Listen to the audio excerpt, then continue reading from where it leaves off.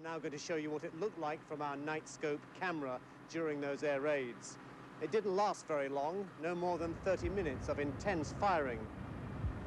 During the attacks, cruise missiles flew directly over the capital, but of course we were unable to see or indeed hear them. Do you remember these images? This is not a video game. They are from the first Gulf War in 1991. High modern journalism, broadcasting most precious child, is on its peak. Through the green screen, bombings looks made by the hands of a surgeon, with no bloodshed, with accuracy. War is clean. There are no disturbing images. War looks taken from an arcade gallery. Technologies provide us a filter to look at reality. But is this filter purely visual?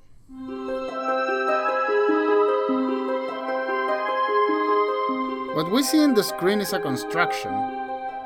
It has been a construction since the origin of moving pictures. At the end of 19th century, film was born. Unlike what we have been taught, images don't necessarily speak by themselves.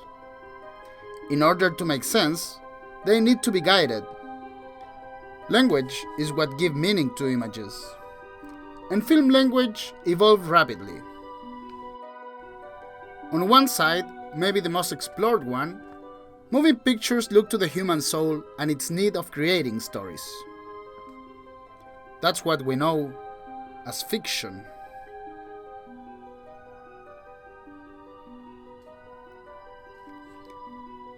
On parallel, the new invention was trying to bring events from the real world to the screen. First, there was no plot or script. We can say there was no event to be told. Just the human eye impressed by the everyday life projected in a screen. Edition was something new. Film news storytelling was on an early stage.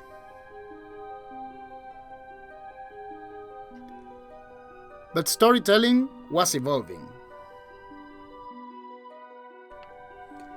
In this film, by Thomas Edison, we can see the use of multiple cameras, pans to give context,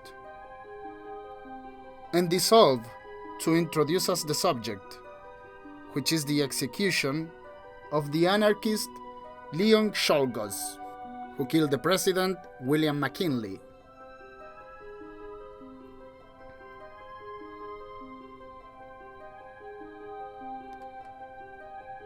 Even though the rough cuts, we can perceive an attempt of telling a story visually.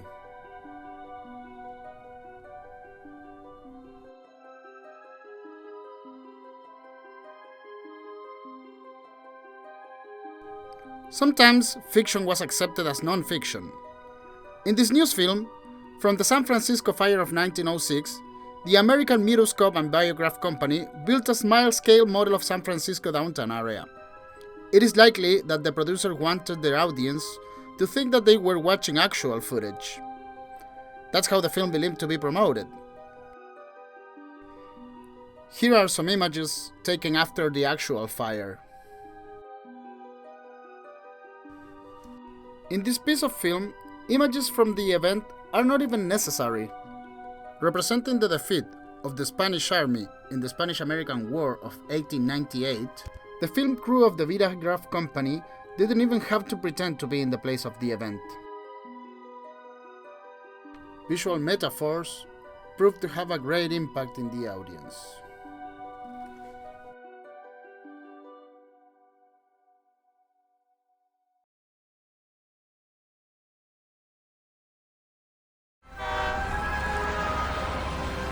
Modern cities were finding their definitive shape, and the citizen was craving a modern, global experience of the world. The first Nickelodeon was established in Pittsburgh in 1905, and in 2 years there was between 4,000 or 5,000 of them across the US.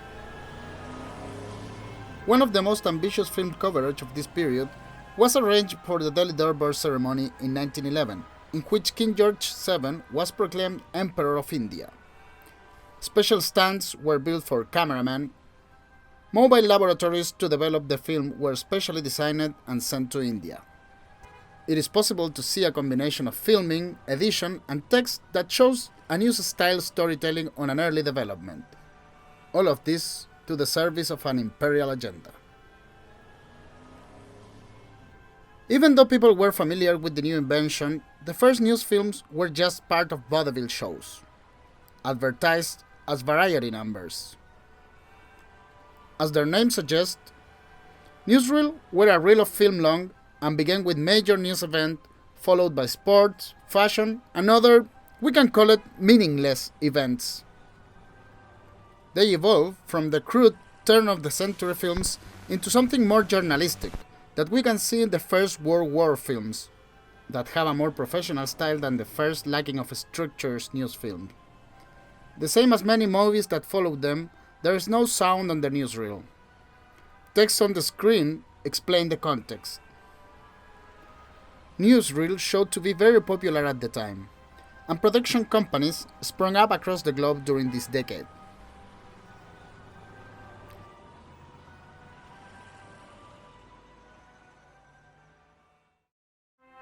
His name is Charles A. Lindbergh. He's the dark horse in the transatlantic air race. As happened with fiction movies, audio was game-changing on the newsreel industry.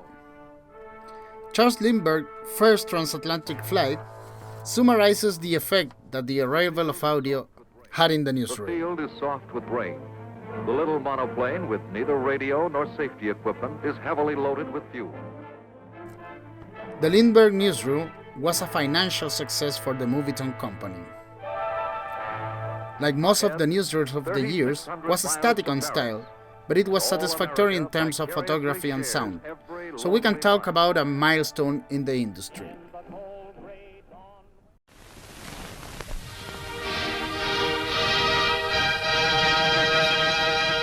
Growing interest of the public and evolving storytelling technology turned to be an ideal brew for propaganda.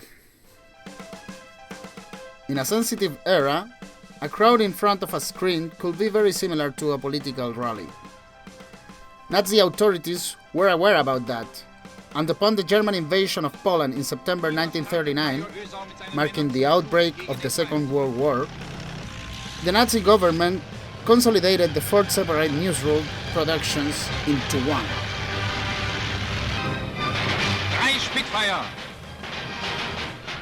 German newsreel have an exciting and cinematographic structure, is skillfully edited, and it's built toward climax. Of course, its production was discontinued after the war. The march of time!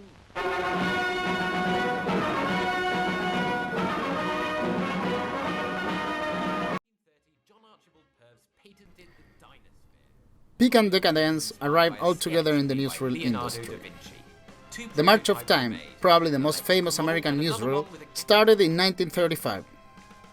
It had an actually cinematographic style and structure. But because of the manner it approached to the subject, it was not taken very seriously. In its quasi-journalistic nature, newsreel mixed big events with celebrities, humor, sports, technology, and catastrophe.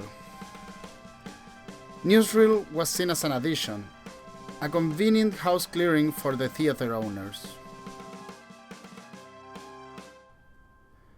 The last American newsreel was produced in 1967.